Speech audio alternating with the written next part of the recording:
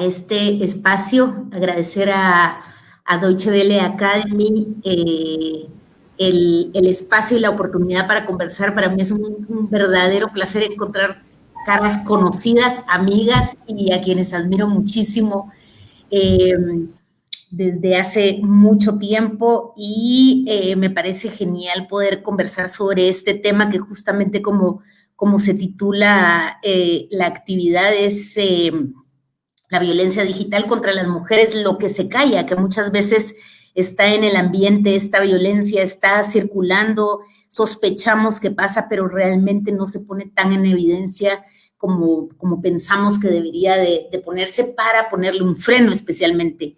Es necesario señalar el problema para poder encontrar soluciones. Sin más, paso a presentarles a nuestras panelistas. Mi nombre, perdón, que no me presenté, mi nombre es Alejandra Gutiérrez. Yo soy directora de Agencia Ocote, un medio digital en Guatemala que es dirigido y coordinado principalmente por mujeres. Tenemos una sección que se llama La Cocina Lab, que está dirigida especialmente para hablar sobre las temáticas de género y de mujeres, y pues en buena parte de nuestra cobertura también se centra en investigar los temas de violencia. Nos acompaña Mayeli Sánchez. Mayeli es de México y es cofundadora de Técnicas y Rudas. Mayeli, ahora me estoy enterando que Mayeli es bióloga de formación y se define como hacker feminista, es cofundadora de Técnicas y Rudas. Técnicas y Rudas es una organización que busca aportar a los movimientos sociales y a la defensa de los derechos humanos a través de consultorías de fortalecimiento institucional, desarrollo de proyectos, investigación estratégica y tecnología, y su trabajo integra la conciencia de género y da prioridad a las iniciativas de base. Bienvenida, Mayeli, un gusto verte.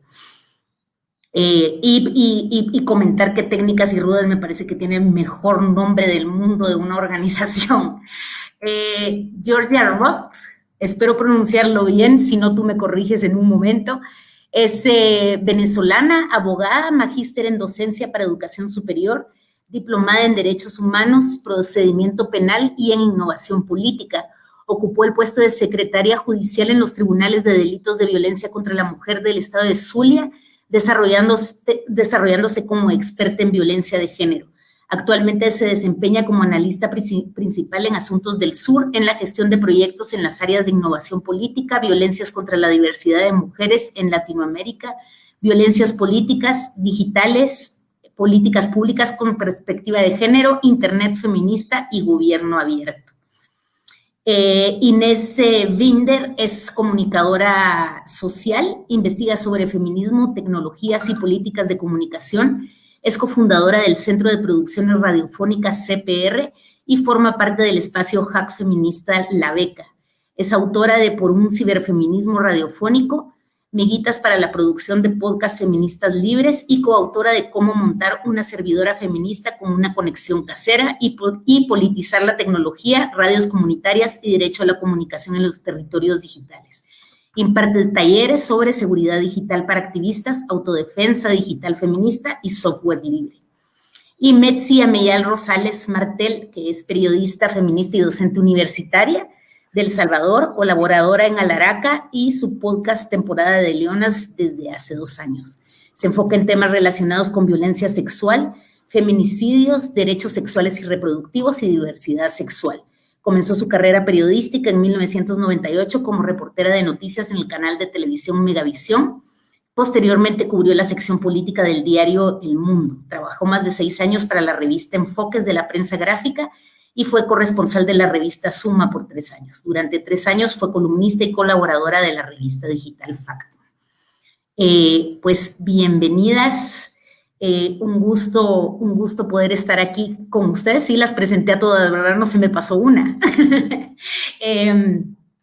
Empezar diciendo que me parece muy importante esta iniciativa de Deutsche Welle. Ya algunas de nosotras hemos tenido algún tipo de relación con Deutsche Welle en este proyecto que es muy ambicioso y me parece que muy estratégico, que es el de la alfabetización mediática e informacional.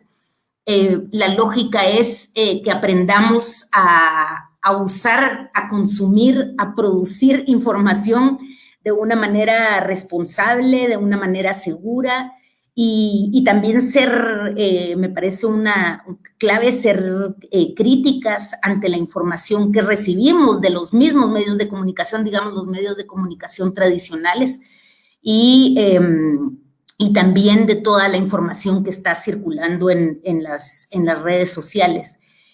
Así como nos enseñan a leer y escribir para poder movernos por el mundo, o los elementos básicos de la cocina para poder alimentarnos, la alfabetización mediática me parece a mí que debería ser una clase obligada en los colegios y en las escuelas, ¿no? Desde lo básico para poder saber qué información recibimos y cómo manejarla. Entonces, esta iniciativa me parece genial, todas las acciones que van realizando, y pues en este sentido también es muy importante que sepamos cómo movernos por las redes sociales frente a la violencia, que ya sabemos, nosotras hemos trabajado de diversas maneras en temas relacionados con violencia, la violencia que sucede en la calle, la violencia estructural, y las redes sociales y los medios digitales no se escapan de este espacio de violencia. Lo que pasa es que de pronto, ya ustedes me explicarán mejor, de pronto es más inasible y más complicado de señalar y de saber cómo defendernos. Y en ese sentido, me gustaría que empezáramos con una ronda básica para describir, o que ustedes describan qué es el acoso, qué es el ciberacoso. ¿Cuáles son esos elementos? ¿Cómo los detectamos? Les voy diciendo nombre por nombre. Georgia. Bien, hola. Bueno, antes que todo, muchísimas gracias por invitarme y estoy súper honrada de estar acá con todas ustedes. Me emocioné mucho escuchando sus presentaciones y sus currículums porque me parecieron espectaculares y me encanta que estemos compartiendo espacio. Bueno, para empezar yo con una, digamos, clasificación muy básica sobre qué es el ciberacoso. Digamos que se refiere al acoso o la intimidación por medio de las tecnologías digitales, y esto puede ocurrir no solamente por el teléfono, ¿no? Sino a través de, bueno, redes sociales o en las plataformas de mensajería que utilizamos cotidianamente, como WhatsApp, Telegram, Signal, entre otras. Y además, algo importante del ciberacoso que me gusta mucho recalcar es que es un comportamiento que debe ser reiterado y que debe buscar atemorizar, enfadar, humillar a las mujeres con el objetivo de alejarlas del espacio público que es Internet. Muchas gracias, Georgia. Mayeli. Así, igual también solo expresar primero que estoy muy, muy contenta de poder participar el día de hoy y también de ver caras conocidas. Estoy muy feliz de verlas, mucho más en estos tiempos. Y solo sumaría a lo que nos comenta Georgia, que en el caso del ciberacoso hacia las mujeres, comúnmente estas conductas pueden tomar connotaciones sexuales, ¿no? Una sexualización y racialización de las mujeres, sobre todo en América Latina, y que esto puede tener grandes daños tanto a nivel social como a nivel personal, ¿no? En general, a nivel personal, estamos hablando de problemas de orden psicológico, puede causar depresión, puede causar miedo. Entonces, el acoso en digital, el problema, creo, es que no solo se queda en un ámbito que pareciera inmaterial, ¿no? Sino que se traduce directamente en cosas materiales, aun cuando algunas de estas amenazas no se cumplan. Gracias, Mayeli. Vamos con Inés. Bueno, me sumo a todas las compañeras, estoy súper emocionada de verlas a todas, las admiro, así que estoy muy contenta de poder participar de este espacio. Y me gusta esto que vamos haciendo como una definición colectiva.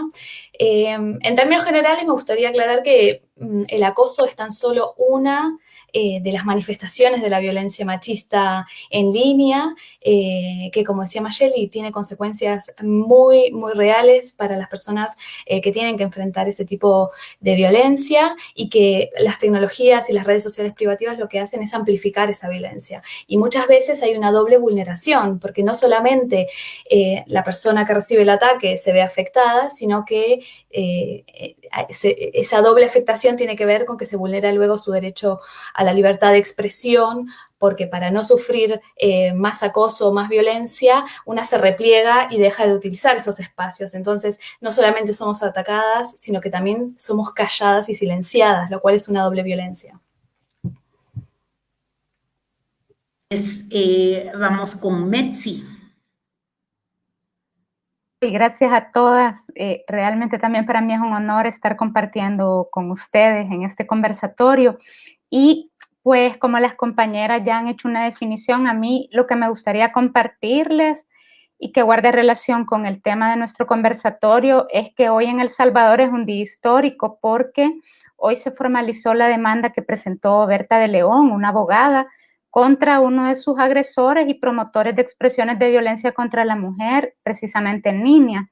Durante un año, ella ha sido ciberacosada por Walter Araujo, un político que fue funcionario durante los gobiernos de Arena y que es candidato a diputado por Nuevas Ideas, el partido político que gobierna El Salvador desde hace un año.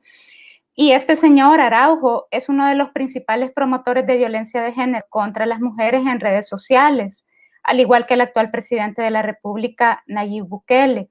De hecho, el actual gobierno salvadoreño ha promovido diferentes campañas de ciberacoso, sobre todo en Twitter, volviendo tendencia tanto a Berta de León como a otras colegas periodistas, quienes, a juicio del actual presidente Nayib Bukele, por ejemplo, cuestionan la manera en que él y su gabinete de ministros, porque la mayoría son hombres, está administrando el país, o sobre la forma en que estas mujeres informan sobre las violaciones a los derechos humanos ocurridas, por ejemplo, durante la cuarentena por la COVID-19. De hecho, las ONGs feministas han denunciado que durante la cuarentena se incrementó el ciberacoso contra las defensoras precisamente porque visibilizaban hechos de violaciones a los derechos humanos durante la crisis. Y pues esto ha salido publicado en los medios, pero sobre todo en medios digitales feministas. Y es importante mencionarlo porque en el caso de El Salvador, disentir con la actual administración de la presidencia es convertirse automáticamente en víctima de ciberacoso, sobre todo en Twitter. Y como ya sabemos, la violencia ataca y afecta de forma distinta a hombres y a mujeres. En nuestro país, las expresiones de violencia contra la mujer están tipificadas como un delito en el artículo 55 de la Ley Especial Integral para una vida libre de violencia. Y en esa tipificación aparece precisamente lo que las colegas ya explicaban de qué podemos entender con respecto al ciberacoso. Y también acá tenemos la Ley de Igualdad, Equidad y Erradicación de la Discriminación contra las Mujeres, que indica que el ISDEMU, que es la institución nacional que debe de velar por la protección y garantía de los derechos de las mujeres, por las políticas públicas relacionadas con las mujeres y en darle seguimiento a la ley, es quien se debería de pronunciar, pero desde que está también el actual gobierno no existe un pronunciamiento formal sobre todas estas denuncias de acoso en redes sociales, que son bien graves y que precisamente, como planteaba una de las colegas, violentan y afectan de manera física, pero también hay amenazas de violencia sexual contra colegas periodistas y sus familiares.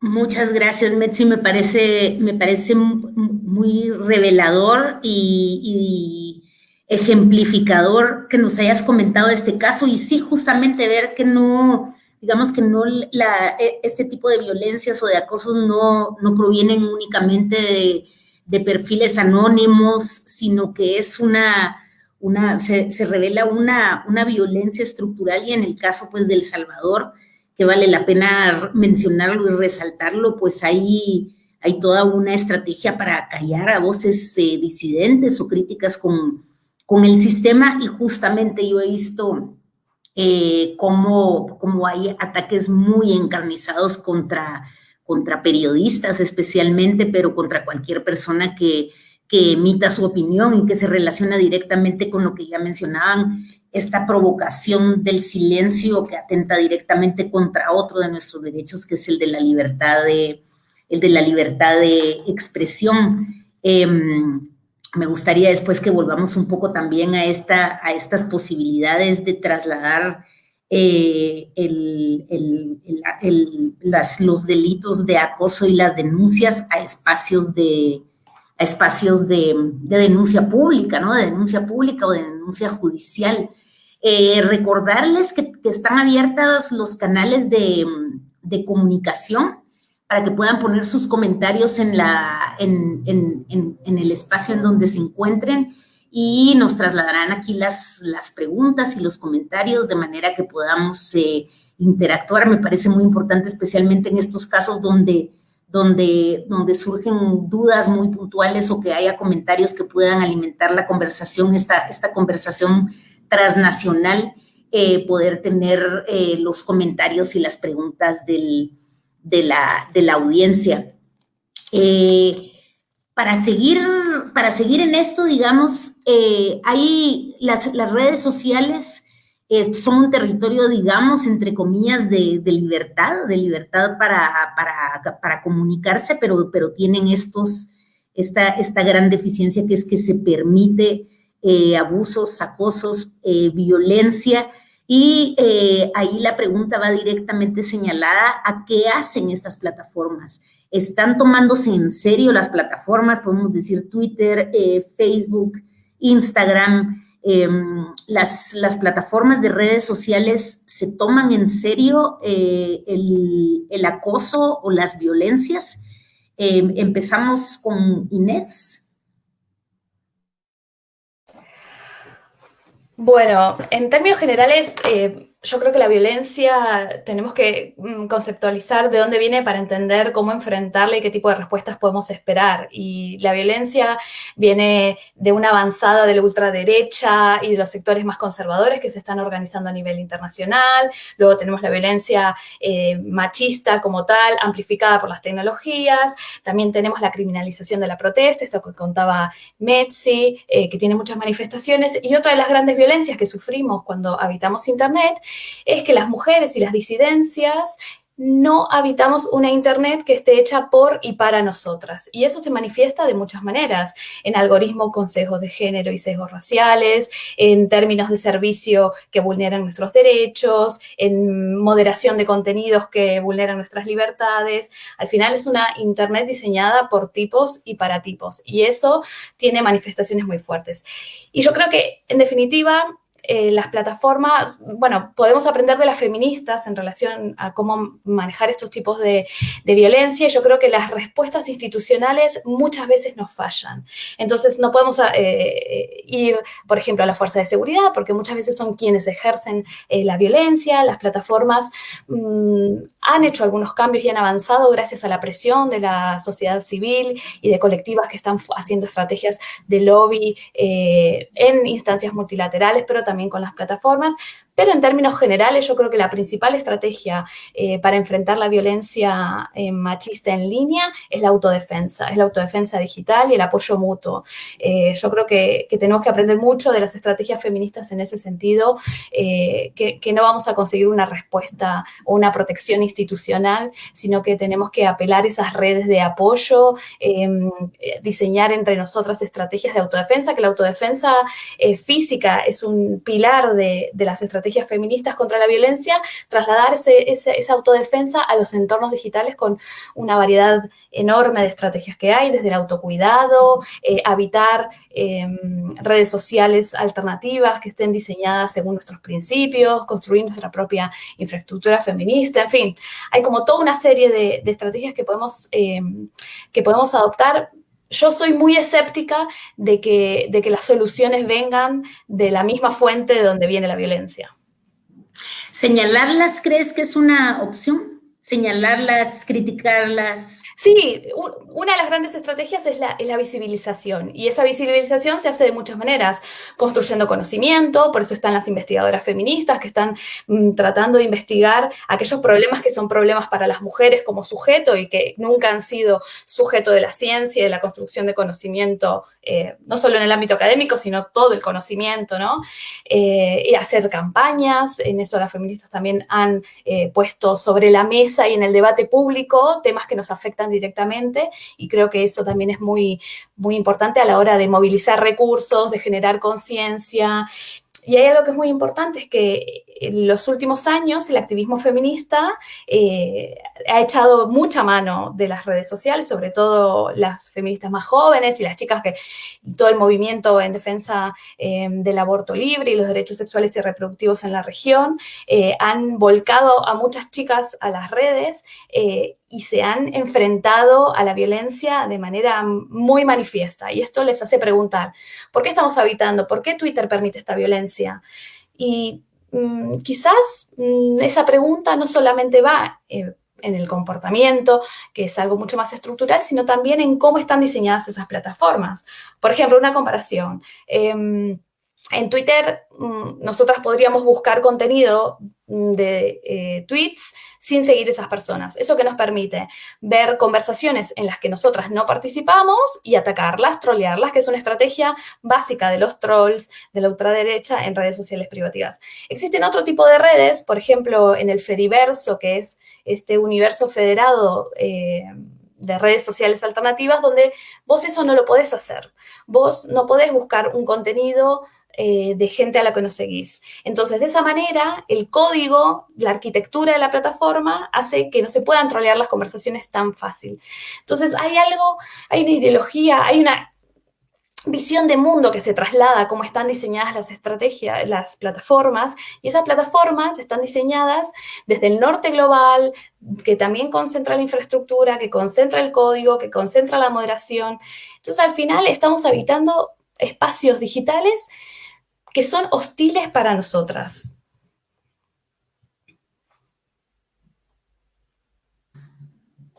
Muy bien, muchas gracias, Inés. Voy a seguir en la ruta que ya dejó Inés. Mayeli, ¿cuál es desde Técnicas y Rudas, que también hacen este grandísimo trabajo en seguridad digital, que detectan estos peligros en las redes sociales? Digamos que hay y que ya lo planteaba Inés, este debate entre ser parte de la conversación pública, como mencionaba sobre los movimientos feministas. Yo pienso en los medios de comunicación también, digamos, con el trabajo periodístico que exponemos, nuestro trabajo, nuestras publicaciones a través de las redes sociales, que es la vía más expedita para que la gente llegue a los medios de comunicación. Sin embargo, estas redes también implica este peligro. ¿Cómo ven desde Técnicas y Rudas el uso de estas redes sociales, digamos, no las seguras, sino que las más populares que, digamos, permiten este tipo de situaciones? Creo que es una pregunta complicada en el sentido de... Quisiera hacer primero como una comparación entre estas redes, ¿no? Tú tienes un conjunto de redes conocidas como redes sociales, que no forzosamente realmente tienen mucho de social, porque están construidas a partir de empresas y trabajan sobre un Internet que también ya está privatizado en la mayor parte de los casos, ¿no? Entonces, en realidad tienes en estos espacios un espacio que no es un espacio público, es un espacio, pues, privatizado. Entonces, cuando nosotras estamos interactuando en redes sociales, a veces pensamos que es este espacio de libertad, como si estuviéramos en el Zócalo de una de las ciudades que habitamos, ¿no? Y entonces uno se imagina ahí haciendo sus declaraciones públicas, manifestando lo que piensa, lo que siente, poniendo contenidos, con estas libertades que te da por ejemplo, cuando tú estás en un zócalo haciendo uso de tu libertad de expresión. Sin embargo, realmente, si lo pensamos bien, es más bien como si tú estuvieras en un centro comercial y ahí tú quisieras poner tu pancarta de apoyo al derecho a decidir, alto a los feminicidios. Digamos que si tú en el zócalo de la ciudad pusieras esto y alguien quisiera quitarte, tú podrías hacer uso de tu libertad, de la defensa de tu libertad de expresión para decir, bueno, no me pueden quitar de acá. Al menos no si esto es considerado un espacio, un país libre, ¿no? En cambio, si estás en un centro comercial, hay una serie de regulaciones bajo las cuales tú no puedes tener las mismas libertades realmente. Y esto es lo que nos pasa cuando estamos en Facebook y Twitter. Pero además, plataformas como estas, este tipo de redes sociales, han ido cambiando a través del tiempo. No son los mismos algoritmos que utilizan ahora a los que utilizaban hace 10 años. Han ido aprendiendo. Entonces, tal vez hace unos 10 años, los algoritmos con los cuales operaban estas redes sociales permitían un poco más de interacciones. Tal vez, no estoy muy segura. Lo que sí sé es que actualmente estos algoritmos ya no nos permiten eso que imaginamos. O sea, cuando tú le preguntabas a una persona, ¿por qué utilizas Facebook cuando hay una serie de violaciones a la privacidad? Las personas te decían, bueno, pues porque es el lugar en donde más voy a poder difundir lo que quiero difundir y llegar a más personas. Sin embargo, esto en realidad ya no es tan cierto. Los algoritmos nos han ido encapsulando y además han ido ayudando a una polarización de las conversaciones. De tal forma que tal vez sí llegues a muchos, pero no vas a poder llegar a la gente que realmente te va a escuchar. Estás llegando a un montón de personas que van a reaccionar y ahí es una cosa muy fuerte por lo que decía Inés, o sea, sí hay ahí causas estructurales que están permitiendo que todos los odios raciales, todos los odios de género se aviven y estén más presentes que nunca. Entonces, todas estas redes sociales, creo que justo para los medios de comunicación alternativos, es un gran riesgo, porque poco a poco se están encapsulando y están llegando cada vez a menos personas. Y es menos evidente que no estamos llegando a quienes queremos llegar. Entonces, por ahí creo que es una problemática muy grande, ¿no? Y estos algoritmos van a seguir aprendiendo. Entonces, las cosas que las feministas hoy han logrado, cada día los algoritmos aprenden y lo van a manipular de acuerdo a las conveniencias del mercado, pero aquí en estas conveniencias del mercado no estamos hablando, o sea, sí, no es solo que puedan aprender a ver qué venden el feminismo, es también que al final sí estamos hablando de condiciones de poder y si estamos pensando que hay causas estructurales, pues el tener a las mujeres en cierto lugar representa unas formas de mantener al sistema. Entonces, no va a ser casual que justo se puedan ir desarticulando nuestros discursos, nuestras campañas. Entonces, por ahí que el tema de seguir habitando estas redes sociales y seguir apostando que vamos a poder romper en ese espacio, creo que tendríamos que pensarlo. En esta película bien famosa sobre el dilema de las redes sociales, una de las cosas que mencionan es que una noticia falsa se disemina 6 veces más rápido que una noticia que tiene, pues tal vez no está redactada como con una cosa muy espectacular o una noticia verdadera, ¿no? Entonces, no se trata solamente de que vamos a tener que ser 6 veces más o apostar 6 meses más por allí. Es que además también se combina con las adicciones que causa. Entonces, es como todo un conjunto de problemas. Y entonces están estas otras redes sociales que están intentando pensar desde un lugar diferente, ¿no? En donde, pues no te quiero causar un daño, no te quiero causar una adicción, no quiero coartar tu libertad de expresión, no quiero tener problemas, no quiero conservar tus datos. Y este tipo de redes sociales, por supuesto, funcionan con códigos distintos, códigos muy transparentes, y somos las personas las que tenemos que querer vivir ahí, ¿no? Como querer habitar ese lugar que nos está representando mayor libertad. Aún así, con todo y estas redes, mientras no tengamos infraestructura, mientras los lugares en donde están estas redes físicamente sean libres, siempre corremos riesgos de censura, siempre corremos riesgos de quedar inhabilitadas, ¿no? Entonces creo que es como un conjunto de cosas que hay que ir construyendo.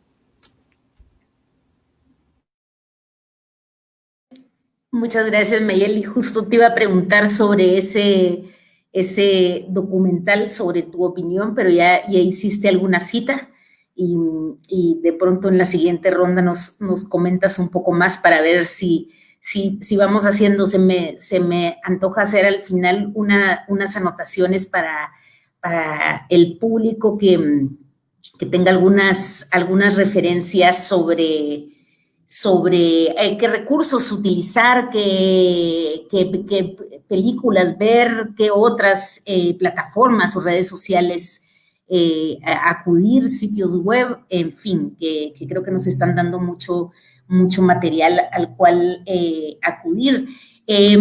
Metsi, en este mismo sentido, pensando en tu rol como periodista y de las experiencias que ya nos comentabas, el caso más reciente o los casos también recientes de El Salvador, porque no es un caso aislado.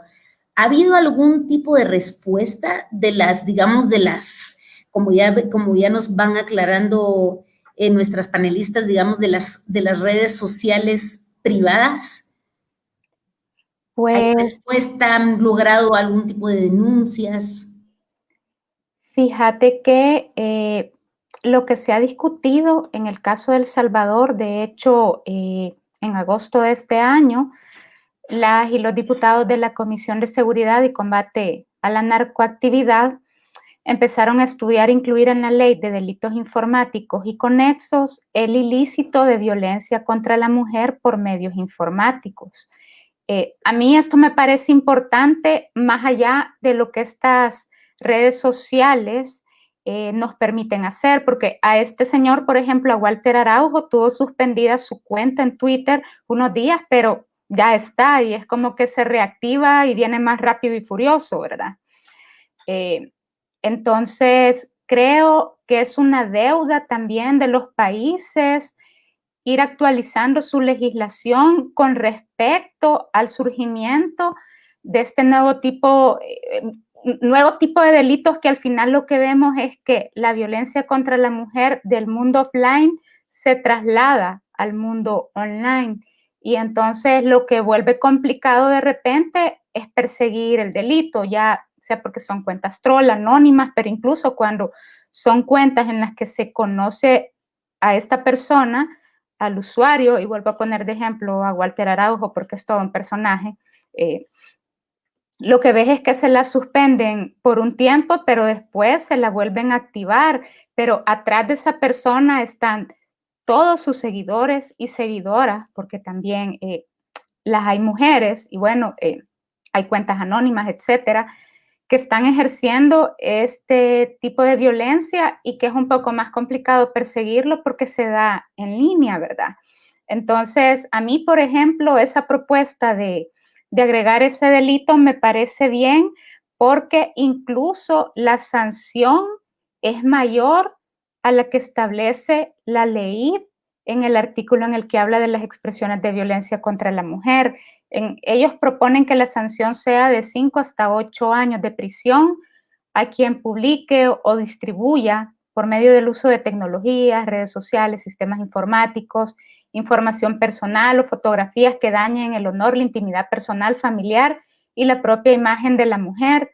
Y pues bueno, no sé, El Salvador es un país tan violento en el que ya tenemos casos, por ejemplo, de un joven que compartió un video en el que tenía relaciones sexuales con su exnovia como una forma de venganza, ¿verdad? Este caso fue judicializado, pero él huyó, entonces no ha recibido una condena. Entonces, lo que vemos es que también, como hecho el delito, echa la trampa. Entonces, lo que sí considero es que, como en todo tipo de violencia contra las mujeres, lo que nos corresponde es acompañar a las víctimas o a las sobrevivientes, creerles Por ejemplo, Twitter nos da esta opción de tweet stamp, que creo que se puede compartir, o sea, que es bueno compartirla. Yo muchas veces me lo pienso en redes sociales si comparto o no una publicación para denunciar, porque muchas de estas publicaciones de violencia sexual contra las mujeres, si uno las comparte para denunciar, lo que hace es revictimizar o reforzar ese mensaje de odio, ¿verdad?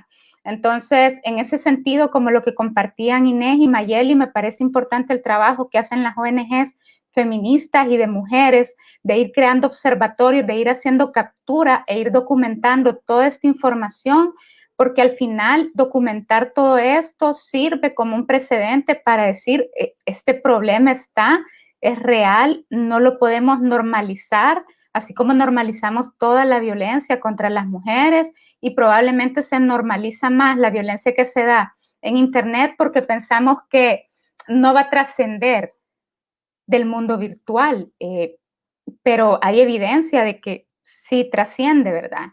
Y pues también creo que desde el periodismo lo que nos corresponde es seguir retratando estos casos, denunciándolos y sobre todo recordar que uno de nuestros roles principales es la fiscalización de la protección de los derechos de las personas, ¿verdad? Y como muchas personas se educan con lo que nosotras y nosotros estamos escribiendo o los audiovisuales que hacemos, cualquier producción periodística, probablemente es la única literatura asequible para muchas personas y lo que deberíamos de hacer es abarcar estos casos con profundidad, con sensibilidad, con empatía y sobre todo tener claro que la violencia nos afecta de manera distinta a hombres y mujeres, pues entonces yo creo que eso es nuestro rol, es seguir documentando, publicando, sin reforzar estereotipos ni roles de género, ni justificando este tipo de violencia, porque a veces ese también es el error que podemos cometer como periodistas, que no tenemos suficiente información ni manejamos bien el lenguaje y lo que hacemos es reforzar o la manera en que abordamos a las sobrevivientes, ¿verdad? Y la manera en la que contamos sus historias. Muchas gracias, Metzi. Menciona Carol Ruano, acá en Guatemala también se da que las mismas instituciones encargadas de nuestra seguridad son las mismas que culpan a la víctima, diciendo que son las mujeres quienes provocamos, quienes no nos cuidamos. Y sí, yo comentaría a lo que dice Carol, que básicamente esta situación, digamos, no es solo en Guatemala, lamentablemente, sino que se replica en otros países, ¿no?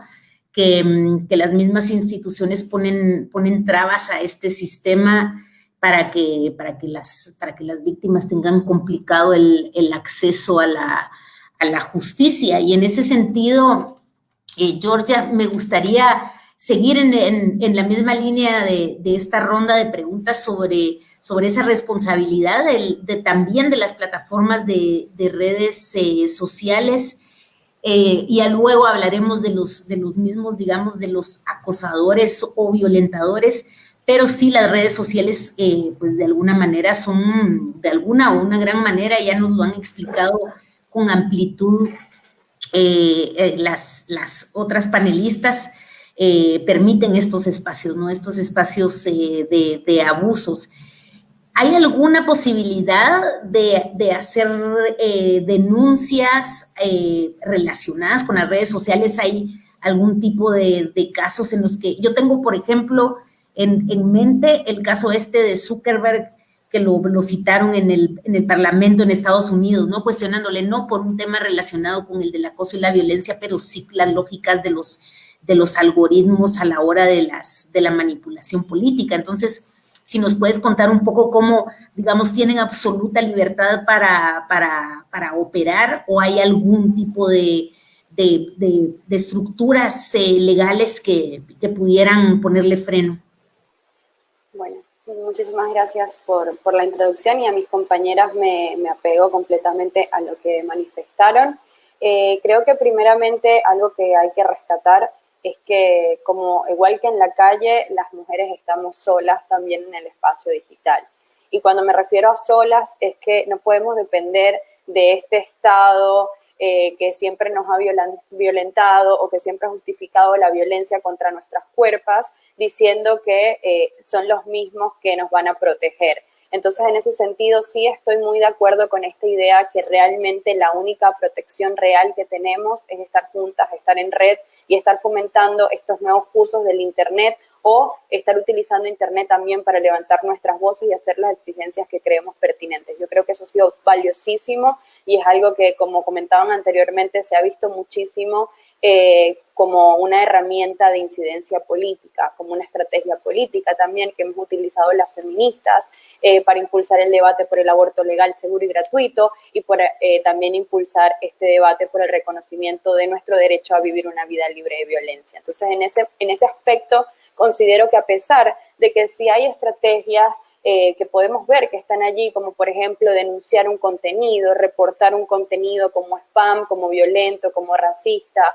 que fomenta el odio, que forma parte de un discurso de odio discriminatorio, porque sí están esas opciones, incluso ahora en Twitter puedes calificar una tendencia como una tendencia que es spam o como una tendencia que no es buena para el bien común o como una tendencia que fomenta el odio. A pesar de que están estas estrategias, me gustó mucho que comentaron también estas, digamos, medios audiovisuales, también está Cambridge Analytics, donde nos damos cuenta que realmente las tecnologías que fueron creadas supuestamente para liberarnos y para darnos estos espacios para la transformación social son las que nos han condenado igualmente. Y a pesar de que existen estas prácticas también responden a intereses corporativos, a intereses de derecha. Entonces creo que también muchas veces puede ser como una fachada para creer que son espacios libres cuando realmente son espacios donde seguimos sufriendo violencia y donde son respondidos los intereses de una población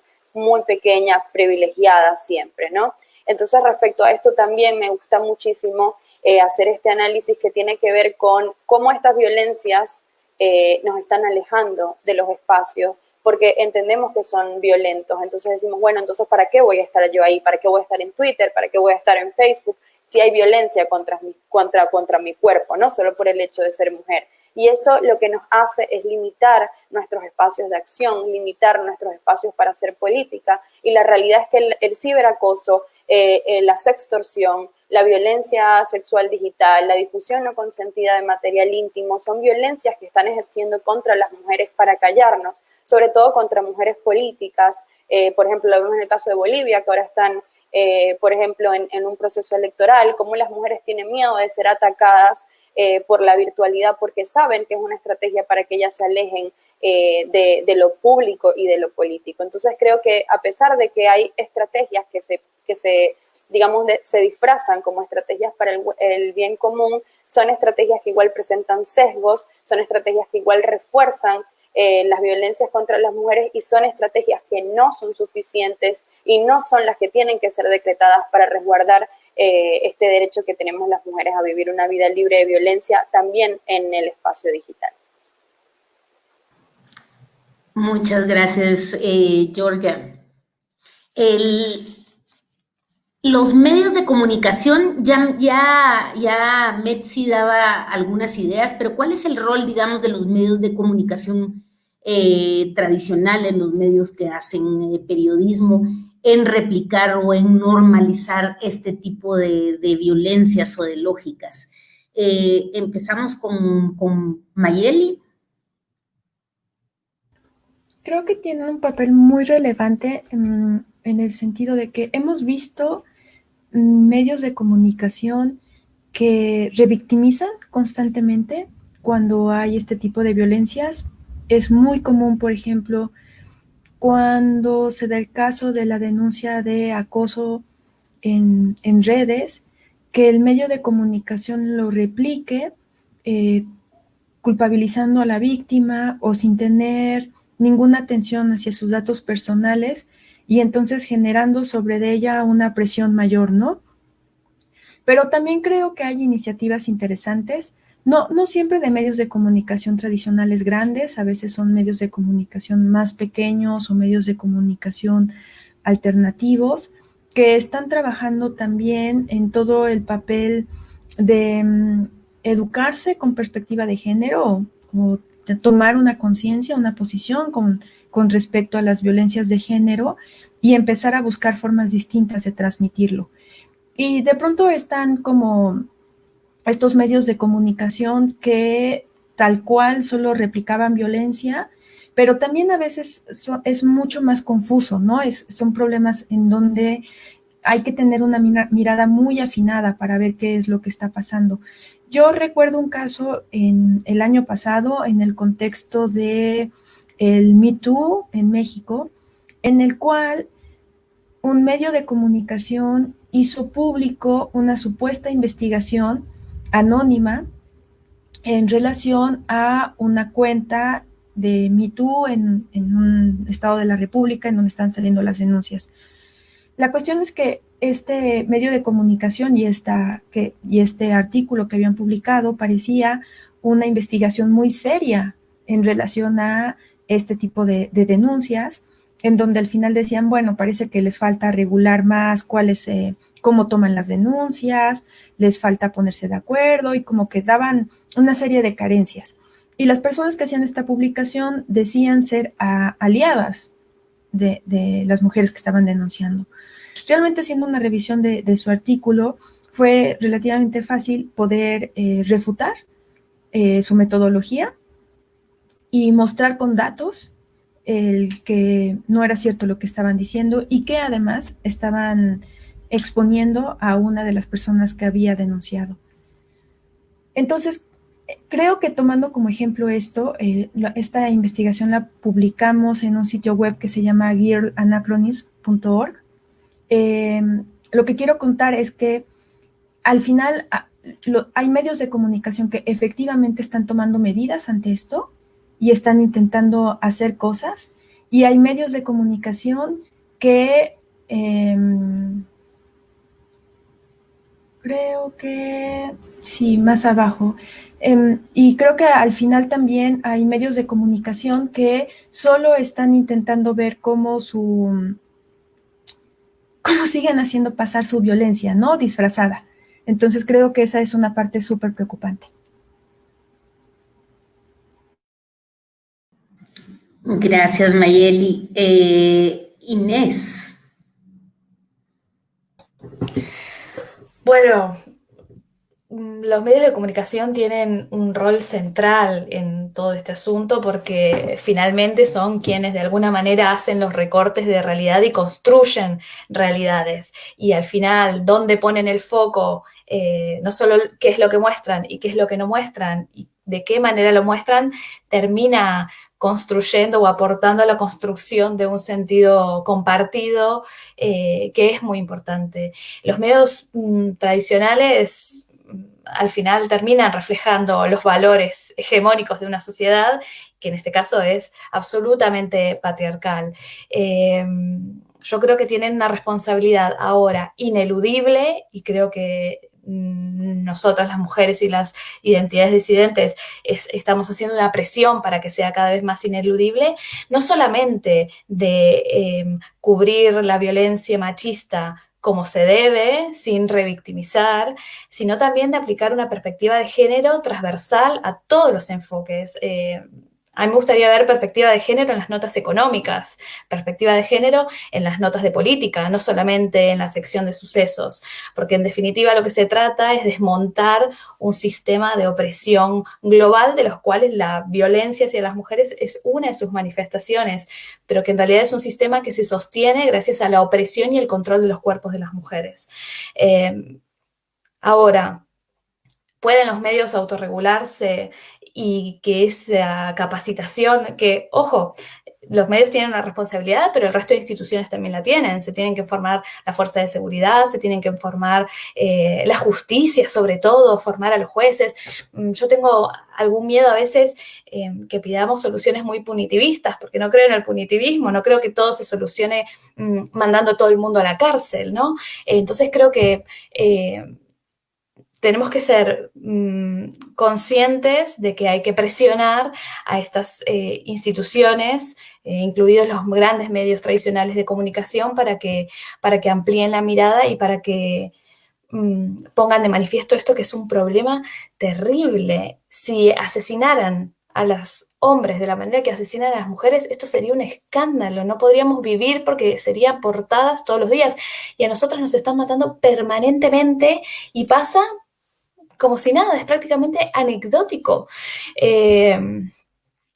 No sé cuál es la solución a un problema tan estructural. Entiendo que sí hay que empezar por los medios de comunicación que tienen una responsabilidad central y que por suerte están surgiendo muchísimas iniciativas que están, yo creo que ahora, a la vanguardia del tratamiento noticioso desde estas otras perspectivas, y los últimos 5 años ha habido una explosión de medios feministas alucinante en la región. Es verdad que ya las feministas siempre han tenido un uso muy estratégico de los medios de comunicación, haciendo panfletos, haciendo radios comunitarias, pasando información clandestinamente, pero últimamente ha habido una explosión de material y de periodismo de calidad, ¿sí? De calidad, con perspectiva feminista.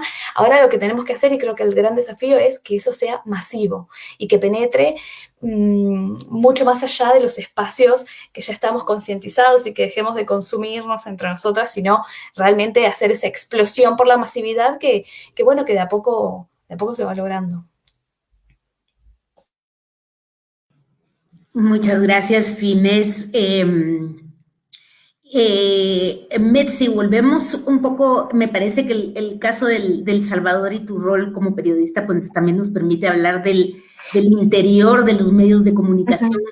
¿Hay estos debates? ¿Hay debates, crees tú, al interior de los medios de comunicación sobre el rol ante este tipo de situaciones, ante la violencia, ante el ciberacoso? Sí, bueno, antes que nada quiero decir que comparto en absoluto lo que comentaba Inés y la deuda de los medios tradicionales, porque precisamente los medios alternativos y sobre todo los feministas son quienes están a la vanguardia del tratamiento de estos temas. Y pues sí que hay un debate, y hay un debate muy fuerte, porque a las periodistas feministas, los periodistas hombres nos acusan de activistas y dicen que una persona activista no puede ser periodista, y cuestionan el trabajo que estamos haciendo. Entonces, a mí me gustaría precisamente aprovechar también para hablar no solo sobre la réplica o revictimización que se hace desde los medios tradicionales y no tan tradicionales, sino también de la violencia digital que nuestros colegas hombres ejercen contra nosotras. Y en un podcast que salió este año en temporada de Leonas, que se titula Entre masculinidades tóxicas y que es producido por Alaraca, Mariana Belloso, otra colega periodista que ha sido ciberacosada por este gobierno, ella nos planteaba que la violencia digital afecta, venga de quien venga, pero que sorprende más cuando son nuestros propios colegas hombres quienes la inician y la incitan. Y para citarles un caso concreto, nuestra fundadora Laura Aguirre fue acosada y atacada digitalmente por el periodista vasco Roberto Valencia, quien no solo en redes sociales, sino también en artículos de opinión que para ese entonces publicaba El Faro en su sección El Blog, la atacaba profesionalmente y personalmente, descalificaba sus conocimientos, su ejercicio periodístico, la calificaba de clasista y cuestionaba su feminismo por estar en una condición económica más favorable que otras mujeres. Y toda esta información todavía la podemos encontrar en la web. Asimismo, él criticaba y cuestionaba a otra columnista del Faro, pero no solo él. Carlos Martínez, otro fundador del Faro, también atacaba y criticaba en sus redes sociales a esta misma feminista y columnista del Faro, a Virginia Lemus. Si quieren leer más sobre la violencia digital que han ejercido nuestros colegas hombres del Faro a colegas mujeres y feministas, la pueden encontrar en un ensayo que a mí me parece súper bueno de Ruth Gregory, que se llama Violentadas desde los medios de comunicación, que fue publicado en la revista digital salvadoreña La Cebra en marzo de 2018. Entonces, ¿a qué es a lo que nos encontramos también nosotras aquí? Estamos haciendo un periodismo que se convierte en especializado en perspectiva de género, porque estamos abordando los temas de la forma en que los medios tradicionales, pero también los medios alternativos digitales no han querido asumirlo, pero es también porque, como planteaba Inés, al final es un compromiso de nosotras y nosotros reeducarnos en estos temas, porque, o sea, años atrás no hablábamos de periodismo con perspectiva de género, ni de cómo abordarlo con un enfoque de interseccionalidad. Y cuando hablamos de periodismo con perspectiva de género, también, como decía ella, o sea, desde los distintos temas, cómo visibilizamos, cómo le afectan a las mujeres. Por ejemplo, en el tema de las pensiones, ¿cómo le afecta a las mujeres? Primero, cuando la esperanza de vida para nosotras es mayor y los requisitos para jubilarnos y pedir la pensión son menores y nuestros salarios no son iguales y no son equitativos, pero vayámonos más allá, y a las mujeres transexuales van a tener acceso a una pensión cuando les negamos el derecho a la educación, por ejemplo, el derecho a un préstamo, el derecho a su identidad, que es como lo más básico. Entonces, por un lado, estamos intentando hacer este periodismo, que es una deuda de los medios tradicionales, pero que nos estamos enfrentando también a nuestros colegas hombres, quienes nos critican, nos descalifican y desvirtúan el trabajo que hacemos y dicen que nuestro trabajo es el activismo. Entonces, está también esa pugna de no querer entender que el periodismo con perspectiva de género, no debería de ser una especialización, debería de ser un enfoque transversal en nuestro trabajo.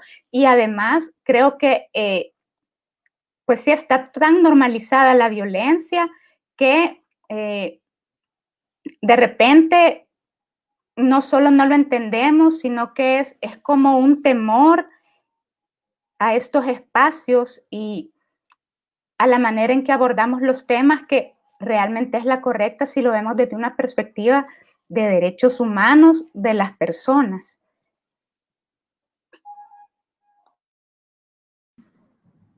Muchas gracias, Metsi. Sí, yo creo que van planteándose una serie de temas muy interesantes en el caso de los medios de comunicación, y que ya nos lo platicaban. Pues hay también investigaciones y estudios que muestran cómo estos medios digitales, en su mayoría, están primero en manos de muchas mujeres. Digamos, los medios tradicionales, voy a decir un dato que es impreciso, pero que la directiva de los medios tradicionales es 70% hombres y 30% mujeres. Y en el caso de los medios digitales, hay una gran cantidad de mujeres dirigiendo medios de comunicación, y en muchos de los casos con esta perspectiva, que no necesariamente el que sean mujeres implica que podrían estar haciendo poniendo atención a estas temáticas. Y me parece importante esta idea de poner en agenda como temas prioritarios estos, ¿no? Entonces, sí, resaltar esas ideas. Esta investigación es de Sembramedia, que hablaba sobre liderazgos en medios de comunicación, y yo la recomiendo bastante. Si entran a Sembramedia, la encontrarán ahí, o luego les compartimos el enlace, pero que habla de esta idea de empezar a reformar las narrativas existentes sobre la violencia.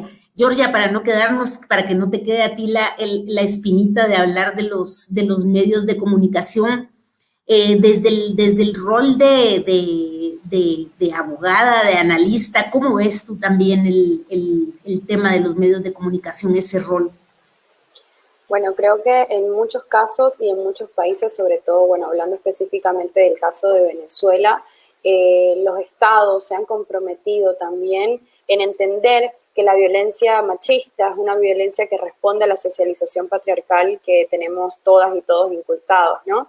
Y respecto a eso, también se ha comprometido en sus normativas, con instrumentos internacionales, a educar a la población y también a reformular las prácticas que fomentan y perpetúan las violencias contra las mujeres, incluyendo específicamente en muchos casos a los medios de comunicación. Sin embargo, esto no ha sido tratado de esa manera, no ha sido abordado de la manera correcta, y siguen habiendo prácticas que nos violentan y nos revictimizan en la cotidianidad, ¿no? Respecto a eso, también me parece que una deuda pendiente que hay que atacar es la necesidad de la paridad también en los medios de comunicación, porque exigimos paridad en la política, exigimos paridad a las funcionarias públicas, exigimos paridad en estos medios donde hacemos política, pero no exigimos paridad en estos espacios donde se fomenta la opinión pública. Entonces creo que en la medida que avancemos también a identificar que hay una necesidad inminente de incorporar a las mujeres en la reproducción de las noticias, en la construcción de las noticias, en la construcción de la información y darle paso a esas investigadoras de que también formen parte de los medios masivos de comunicación, entonces vamos a estar realmente dando un paso para cambiar cómo están los medios de comunicación constituidos hasta ahora. Sabemos que los medios de comunicación siempre han sido dominados por hombres y las noticias son generadas para los hombres, entonces no necesariamente tenemos que seguir yendo, y eso es algo que yo observo con muchísima preocupación, que obviamente vamos aislando a las mujeres para que hablen de temas de mujeres, hacemos mesas de mujeres para que las mujeres debatan temas, hacemos mesas de violencia de género y ponemos solamente a las mujeres a hablar, hacemos subcomisiones para la igualdad de género donde solamente colocamos a las mujeres a hablar, pero con la excusa de que están esos espacios donde participan las mujeres en su mayoría, nos excluyen de otros temas que son de interés nacional, regional e internacional. Entonces creo que el llamado a los medios de comunicación es que la deuda no es solamente generar espacios donde las mujeres tengan protagonismo y tengan, digamos, libertad de expresión, pero también digamos que el compromiso es que no sean sesgados, no sean solamente para que las mujeres hablen de sus temas en una mesa pequeña, sino el compromiso real es incorporar a las mujeres en todos los debates, en todos los temas, en los temas de política, en los temas de economía y sobre todo en la construcción de este imaginario colectivo que se refuerza a través de los medios de comunicación. Muchas gracias, Georgia.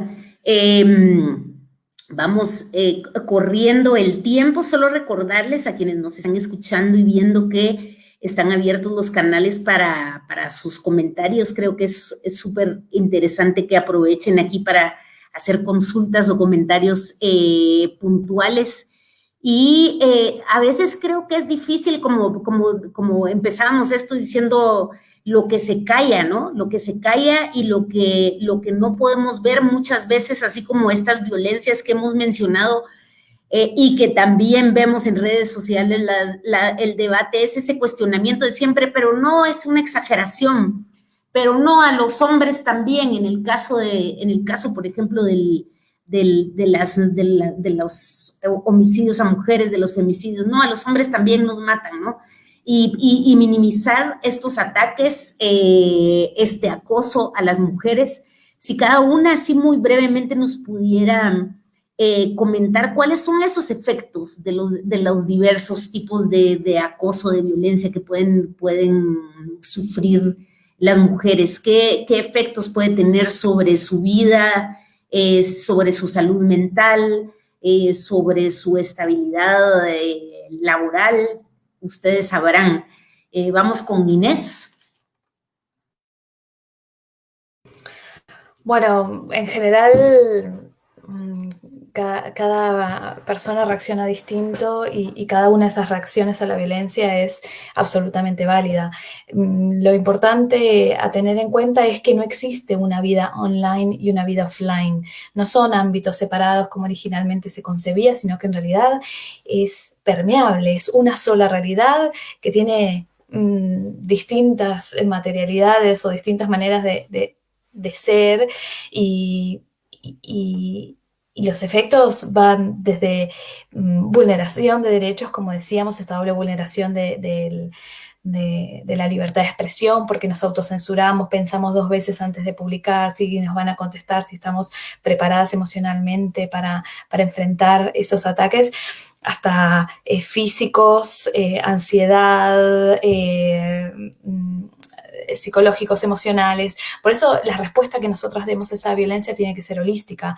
No solamente tenemos que enfrentarla, y creo que esto es una visión muy masculina de enfrentar la violencia, es, bueno, un algoritmo, hacemos este ajuste en el algoritmo, o ponemos esta nueva funcionalidad y listo, solucionada la violencia en las redes, y con esto ya Facebook se compromete con la igualdad.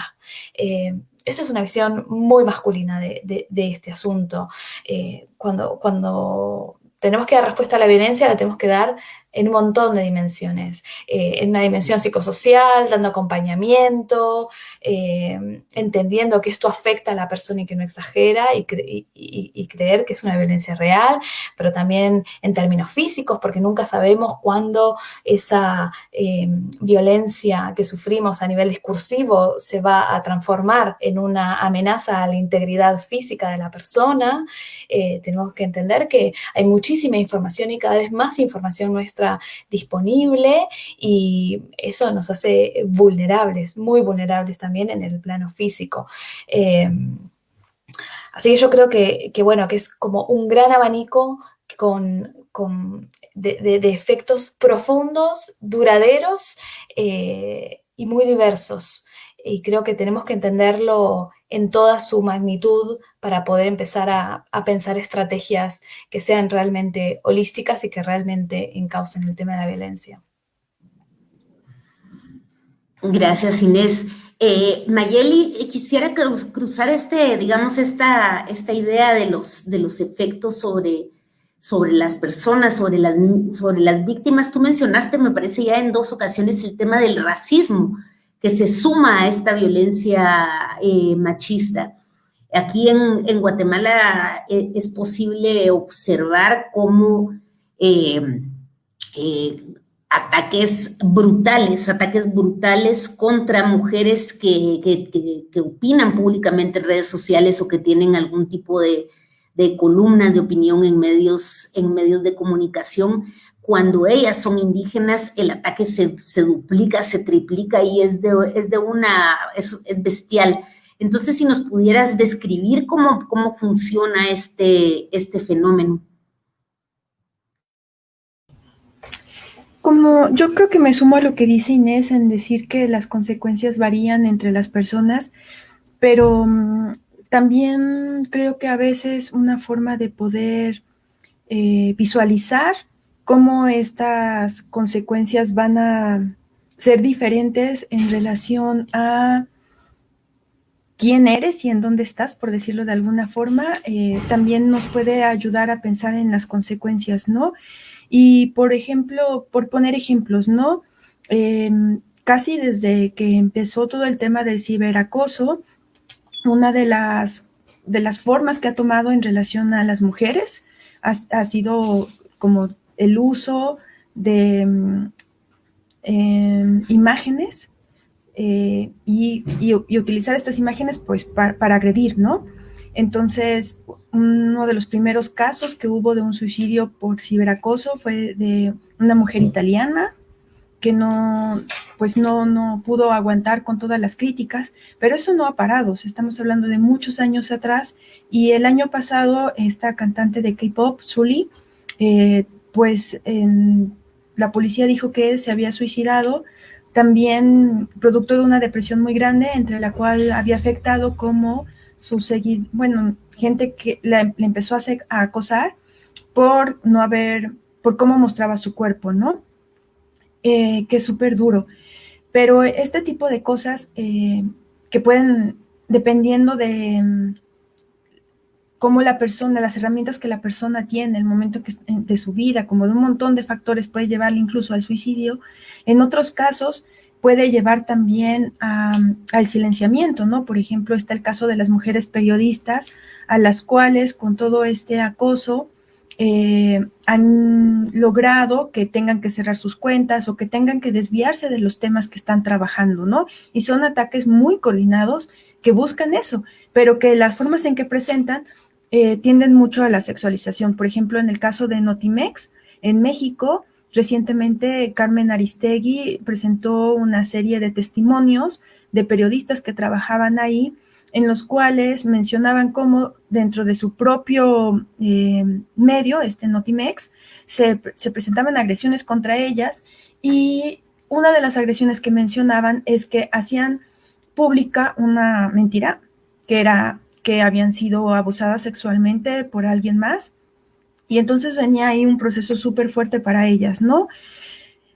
Pero también está el caso de las mujeres jóvenes rurales, muchas veces de pueblos originarios, que están empezando estas exploraciones en redes sociales y que por el acoso que viven en relación a lo que van publicando, también pueden llegar al suicidio.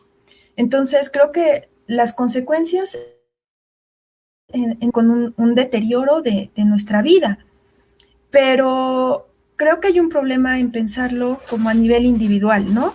Creo que es muy importante pensar cómo, aunque se manifiesta de manera individual, y es re importante darle atención a eso, aquí hay causas estructurales, y estas causas estructurales pues son muy importantes. Y es una, no vamos a poder cambiar esto si no hay cambios en estas causas estructurales, ¿no? ¿Y cómo funciona este tema de la racialización? Creo que cuando empieza un proceso de acoso, muchos de los odios humanos van a tener una vía de expresión ahí, ¿no? En el caso de las mujeres, claramente hay un asunto con la sexualización, pero también en Latinoamérica con la racialización, ¿no? Y esto es muy presente en las mujeres que están en la política, ¿no? Constantemente, sobre todo si son mujeres que provienen de pueblos originarios, o tal vez su identidad ya no corresponde a la de un pueblo originario, la forma en que se autodenominan, pero los rasgos físicos sí, y esto genera que haya una reacción muy brutal hacia eso.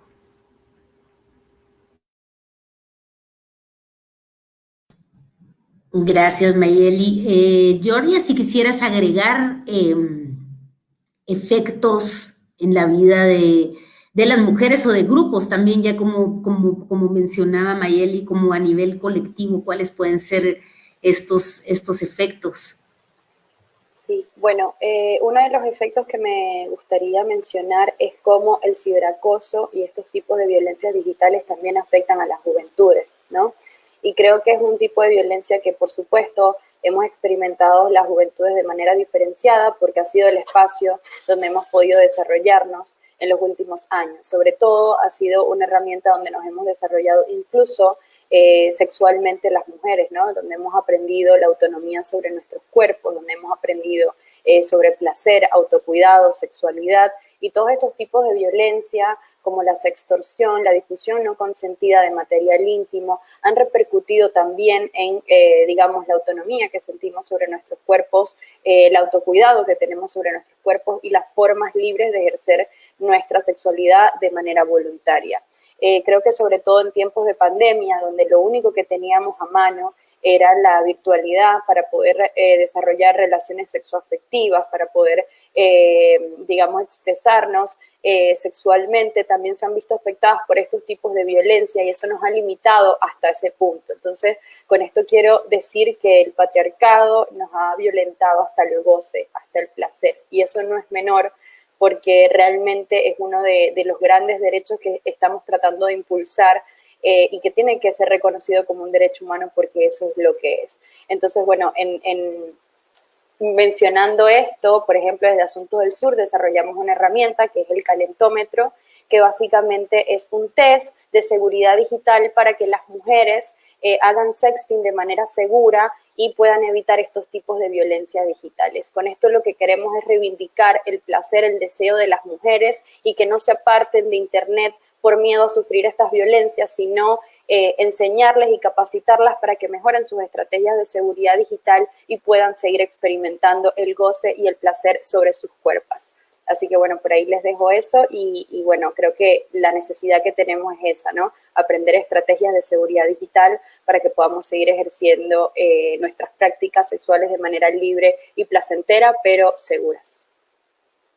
Georgia, no te vayas, porque justo creo que ya vamos súper apretadas de tiempo. Recordarles si alguien tiene alguna pregunta o comentario, pero vamos de alguna manera cerrando. Perdón, Metsi, si te salto con la pregunta, pero si tienes algo que decir, ahora voy contigo. Pero sí, que empecemos a pensar en esas soluciones, ya las han ido salpicando durante toda la charla, que me parece muy rico que se plantean los problemas, pero al mismo tiempo han ido dibujando esas posibilidades. Como que pensemos en eso, qué hacer, porque si no de repente dan ganas de apagar los celulares, cerrar la computadora y volver a las cartas. En Guatemala es complicado porque ni siquiera tenemos correo, entonces se nos complica aún más esa posibilidad. ¿Cómo movernos en las redes sociales? Creo que también está muy relacionado y me gustaría que lo mencionen ahí, que es también parte de lo que nos reúne aquí, que es la alfabetización mediática, esa información, ¿no? Conocer a profundidad sobre el funcionamiento de las redes, sobre cómo se opera también la violencia, conocer sobre feminismo, feminismos. Me parece importante tener como toda esta información, pero que cerremos esta charla en el plan proactivo y que nos puedan comentar sobre esas estrategias de autodefensa que ya mencionaban, esos otros espacios seguros, esas otras posibilidades. Entonces, Georgia, como para que retomes una de las que ya mencionaste. Ahí me mandaron a que me hiciera ligera. Bueno, creo que una de las estrategias que tenemos que hacer primero, y creo que lo mencionaron anteriormente también, es elegir redes sociales. A ver, ahí donde me pongo acá. Buenísimo. Bueno, elegir redes sociales que nos permitan poder, digamos, tener mejores estrategias de seguridad digital, utilizar herramientas digitales que tengan, por ejemplo, el cifrado acifrado, activar la doble verificación en nuestras cuentas, evitar, digamos, hacer estos tipos de trucos, ¿no? En la digitalidad para que podamos habitar Internet de una manera un poco más segura, saber que estas violencias todavía nos acechan contra nuestras cuerpos y entonces en esa manera tenemos que actuar digamos, con resguardo y teniendo lamentablemente, ¿no? Por ahora limitándonos un poco porque sabemos que estamos trabajando para derribar esas violencias, pero tratar de no compartir contenido que pueda ser utilizado para violentarnos físicamente y que esas violencias digitales también trasciendan a lo presencial. Entonces creo que esos son tips muy especiales que sobre todo las mujeres que están haciendo política o están en la esfera pública tienen que tener en cuenta, tratar de no exponer a sus familiares, los lugares que concurren, en qué horarios están en esos lugares, cuáles son sus direcciones o los lugares en los que habitan para poder evitar esos tipos de violencias que ocurren contra nuestros cuerpos. Metsi.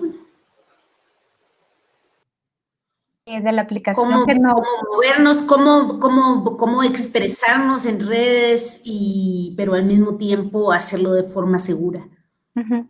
Yo quiero retomar de lo que planteaba Georgia de la aplicación. En Alaraca hay una idea innovadora que se llama Sexo Sinvergüenzas, y tiene un chatbot y se mueve mucho en Instagram y precisamente se comparten tips y consejos sobre esto que nos explicaba Georgia, ¿verdad? Cómo poder vivir nuestra sexualidad libremente, pero sin que pueda tener una implicación negativa o se pueda convertir en violencia y revertirse. Entonces, creo que eso es importante. Lo que creo que siempre viene siendo una deuda es cómo llegamos a todas estas mujeres que no tienen acceso a Internet. Y entonces, ¿cómo las ayudamos a que se sientan seguras? Porque aunque no tengan acceso a Internet, no quiere decir que no se puedan ver expuestas al ciberacoso en redes sociales y sin darse cuenta. Entonces, creo que tenemos que seguir ocupando el boca en boca, otras medidas como carteles, charlas, o sea, intentar llegar a todas, ¿verdad?, de la manera en que se pueda. Y lo que quería recomendar también es que revisen la encuesta realizada por la Federación Internacional de Periodistas, en la que pregunta precisamente sobre el ciberacoso a mujeres periodistas, y hay unos datos muy interesantes. Y pues también la UNESCO está haciendo ahorita una encuesta en línea, ¿verdad?, sobre esto, y creo que nos va a ayudar mucho porque al final, aunque estamos hablando de un gremio que tiene una formación y una profesionalización, ya sabemos que la violencia nos afecta por igual a todas las mujeres, independientemente de si seamos profesionales o no. Lo que hace la diferencia un poco es el conocimiento que tenemos, ¿verdad?, y el acceso a herramientas, por ejemplo, a poner una denuncia, pero, como decías tú, para cerrar en positivo, yo siempre creo que la educación es la herramienta. Como decía Georgia, lastimosamente nos toca cuidarnos en lo que tal vez el mundo se reeduca y los hombres quieren entender que somos iguales, que tenemos los mismos derechos y pues que renuncien en lo que quieran renunciar a sus privilegios, ¿verdad? Entonces sí creo que eso es lo que nos compete, reeducar, educar y ayudarnos en la medida de lo posible con nuestra vecina, con la trabajadora del hogar remunerada, aconsejándoles, hablando de estos temas, ¿verdad? Y explicándoles cuáles son las alternativas o cómo pueden evitarlo. Muchas gracias, Metzi. Sí, me parece importante este pensamiento. Todas reiteran esta idea colectiva, ¿no? Me parece interesante el que no, el enfrentarnos a la violencia no es un asunto individual, sino que, y no logrará cambiarse si no es con acciones colectivas. Seguimos con Mayeli. Mayeli, estos espacios seguros de los que ya nos has hablado, si nos puedes dar algunas ideas y cómo movernos por ahí. Sí, mira, nosotras en Técnicas Rudas con nuestra compañera Itzel hemos platicado mucho en cómo abordar el tema de la violencia y la tecnología. Entonces, ella que trabaja lo que aquí en México se conoce como autodefensa feminista, pero en otros países podría ser defensa personal feminista, tiene ciertas características, por ejemplo, la autodefensa física, el autocuidado, la sanación, la memoria y la generación de justicia.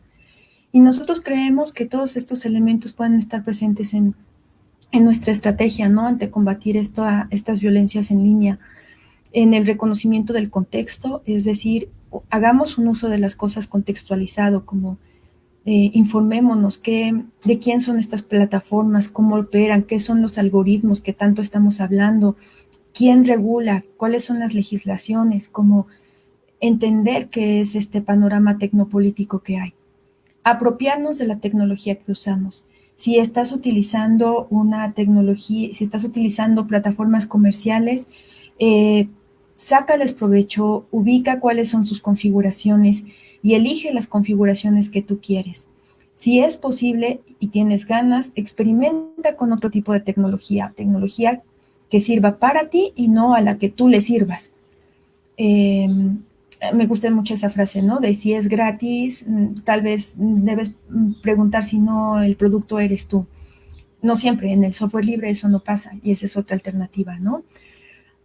Activar cuidados personales, ¿no? ¿Cuánto tiempo le dedicas a las redes sociales? Tal vez no es tan mala idea apagar el teléfono, apagar la computadora, salir a caminar, encontrar, comunicar de otras formas. Pero también cuidados colectivos, ¿no? Nosotras podemos ver cómo están las compañeras, cuando empieza a haber acoso, cómo la van llevando, si necesitan ahí que acuerpemos entre todas, como tener este tipo de cuidados, ¿no? Y por último, actuar en colectivo. Y para actuar en colectivo a mí me gusta mucho esta idea de hacerlo desde el humor. Creo que hay una corriente feminista que sí ha trabajado mucho el humor. Por ahí en Twitter, si pueden seguir a Proyecto Una, tiene unos memes fantásticos. Proyecto Una te sugiere no contestes directamente al acosador, pero sí contesta la agresión y hazlo con humor. Y creo que esa es una muy buena estrategia.